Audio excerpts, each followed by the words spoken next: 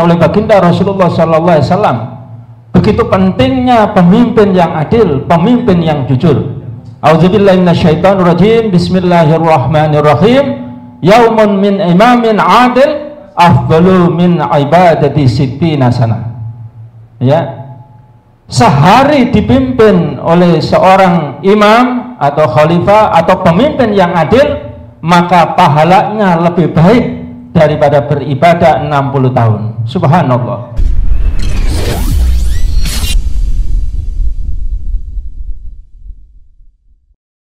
Yang kita cintai ini, alhamdulillah pada kesempatan malam hari ini kita bisa bertemu dalam forum kajian strategis dan advokasi FKSA, Advokat Tokoh Ulama Habaib Nasional, yang pada kesempatan hari ini, malam ini kita akan mengangkat tema krusial, yakni kita mengangkat tema tolak cawe-cawe Jokowi, tolak narasi politik identitas, kembalikan kekuasaan di tangan rakyat.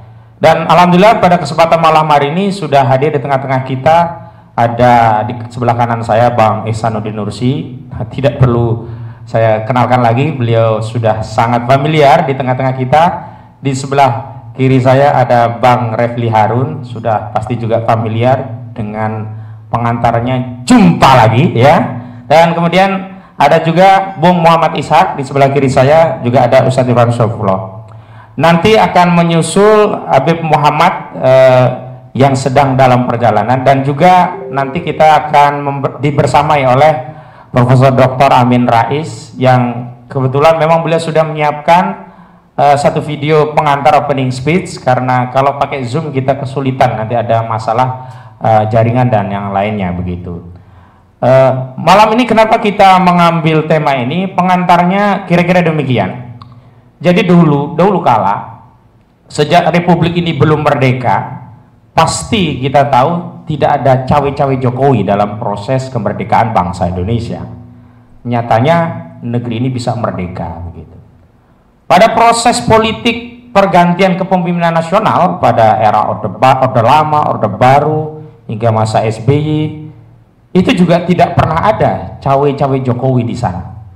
Nyatanya bangsa kita baik-baik saja, dalam pengertian bisa sampai menapaki hari ini kita melanjutkan estafet kepemimpinan nasional dari para pendahulu bangsa kita.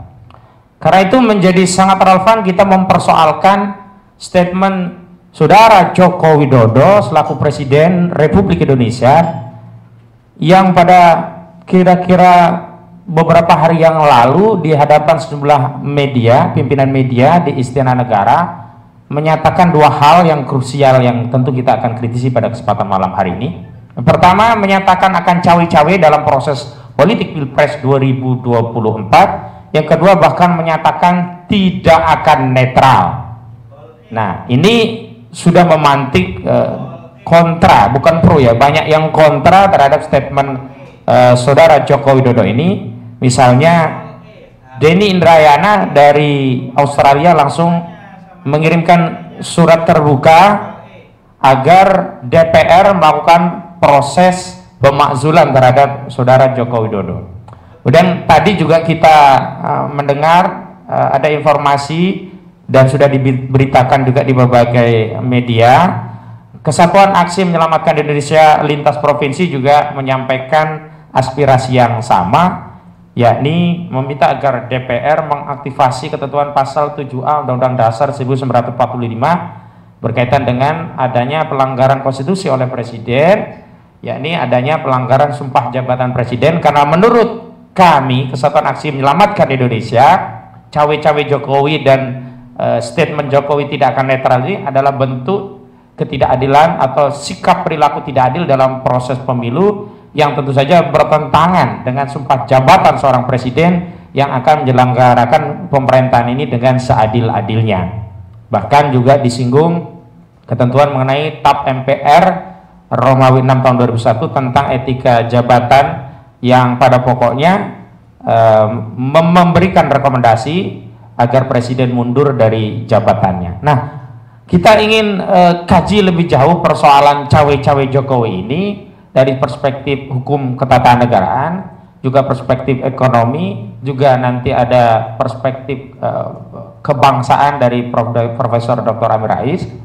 Kenapa demikian? Karena kita justru menginginkan Jokowi cawe-cawe dalam hal yang memang menjadi tugas, kewajiban, dan tanggung jawab Jokowi sebagai presiden sekaligus kepala pemerintahan Republik Indonesia. Di antaranya adalah di bidang ekonomi yang tentu saja nanti akan ada gambarannya.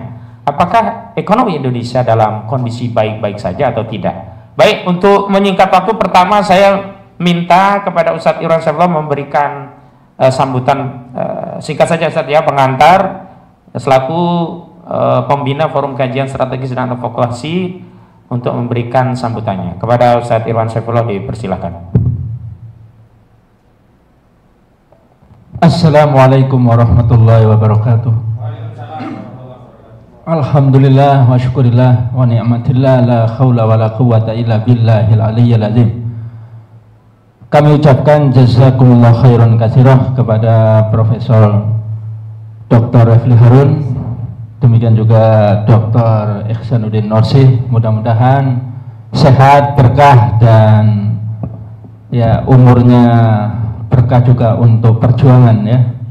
Demikian juga bicara yang lain insya Allah akan hadir Habib Muhammad bin Husin Al-Atas, demikian juga Bang Edi, demikian juga dan yang lain. Mudah-mudahan dimudahkan oleh Allah SWT hadir, dan forum kita ini betul-betul memberikan kontribusi yang sangat besar untuk tegaknya keadilan dan kesejahteraan negeri kita. Amin.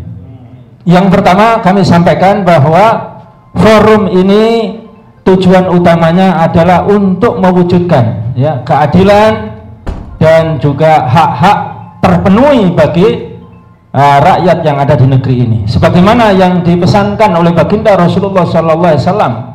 Begitu pentingnya pemimpin yang adil, pemimpin yang jujur.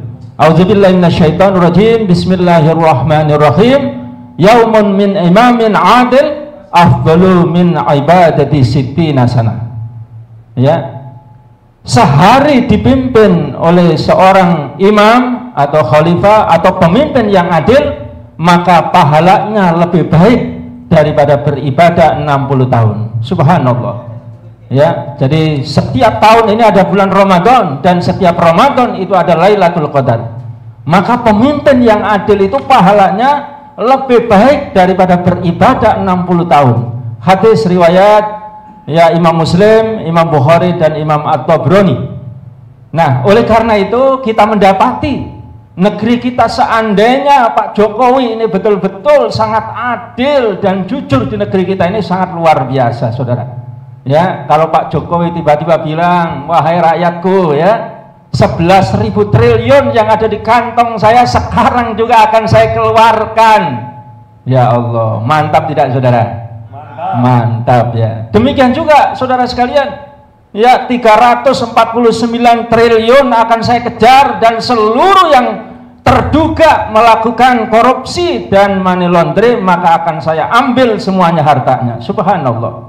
Apalagi beberapa catatan data yang saya lihat di beberapa pengamat, salah satunya adalah Ustadz Muhammad Ishak. Dia mengatakan Pak Jokowi ini berjanji untuk membuka lahan pertanian itu 1 juta hektar ya, dan sekarang diperkirakan bahwa jumlah impor sampai Desember 2023 dibutuhkan sekitar 2 juta ton.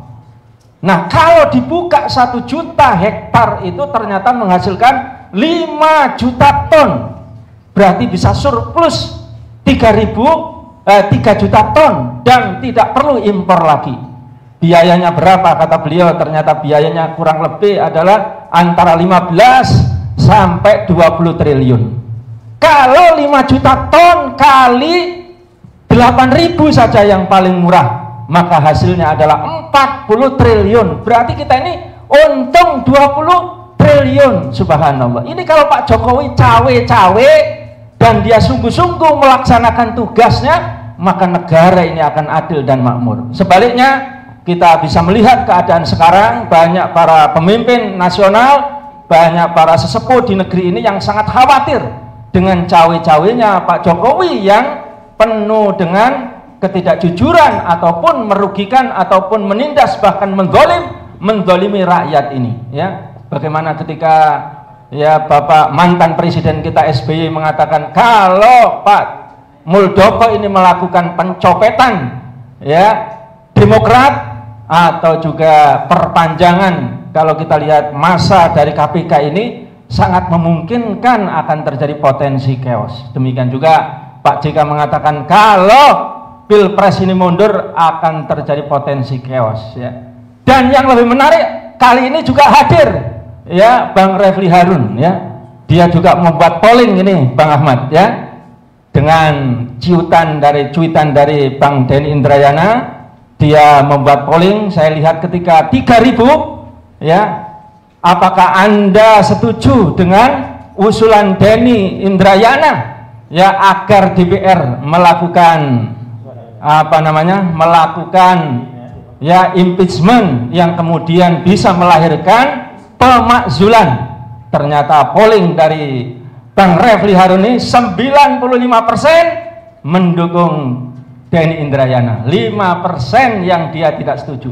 Ini sangat mengkhawatirkan sekali, sehingga rakyat ini merasakan bahwa cawe-cawe Pak Jokowi ini mengkonfirmasi bahwa dia ini membela atau menguntungkan oligarki dibanding rakyat. Cawe-cawe Pak Jokowi ini mengkonfirmasi bahwa ada proyek-proyek besar yang akan menguntungkan para pejabat dan oligarki yang akan dibela oleh Pak Jokowi. Demikian juga cawe-cawe Pak Jokowi ini mengkonfirmasi ketakutan yang sangat besar bahwa banyak kebijakan-kebijakan yang mendolimi rakyat ini kelak dia takut untuk diadili oleh presiden berikutnya. Demikian barangkali sambutan saya, Bang Ahmad Fazluddin. Ya, sekali lagi saya ucapkan jazakumullah khairan katsirah atas kehadiran seluruh pembicara pada kesempatan ini. Assalamualaikum warahmatullahi wabarakatuh.